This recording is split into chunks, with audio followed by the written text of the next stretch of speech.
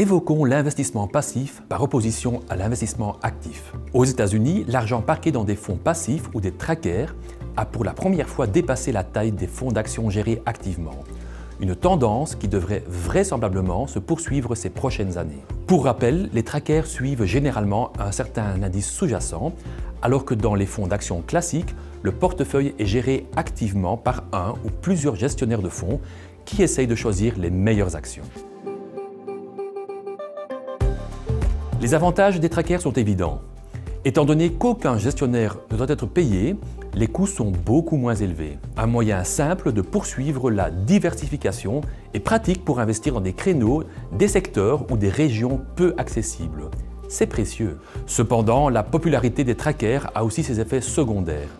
L'argent investi dans des trackers afflue souvent vers les mêmes actions, dans bien des cas de grosses valeurs reprises dans des indices. En cas de flux substantiel d'argent, cela peut parfois entraîner des excès pour les actions concernées, et ce dans les deux sens. Après tout, l'investisseur perçoit souvent un tracker comme une sorte d'action qu'on peut vendre beaucoup plus facilement qu'un fonds d'action classique. En cas de vague de vente, cela peut considérablement renforcer la tendance baissière des actions concernées.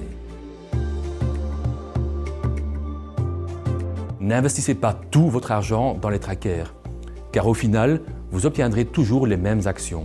En tant qu'investisseur privé, vous profitez de plus d'une position unique. Vous avez en effet l'occasion d'investir dans des sociétés cotées de petite et moyenne taille qu'on ne retrouve généralement pas dans des trackers et qui dans bien des cas sont meilleurs marchés. Pensons par exemple aux entreprises familiales qui ont une vision long terme et dont le PDG ne pense pas à son prochain bonus, mais à la création de valeur sur une longue durée. Chaque investisseur est différent, car la situation l'est également. Il suffit de penser à l'âge, à la taille du patrimoine, aux revenus mensuels, à la situation familiale, aux besoins spécifiques. Le fameux stock picking, qui est la sélection rigoureuse des actions qui vous conviennent, reste de loin l'atout premier pour chaque investisseur. Bien entendu, pour votre portefeuille, ce stock picking peut être complété par l'achat de trackers spécifiques.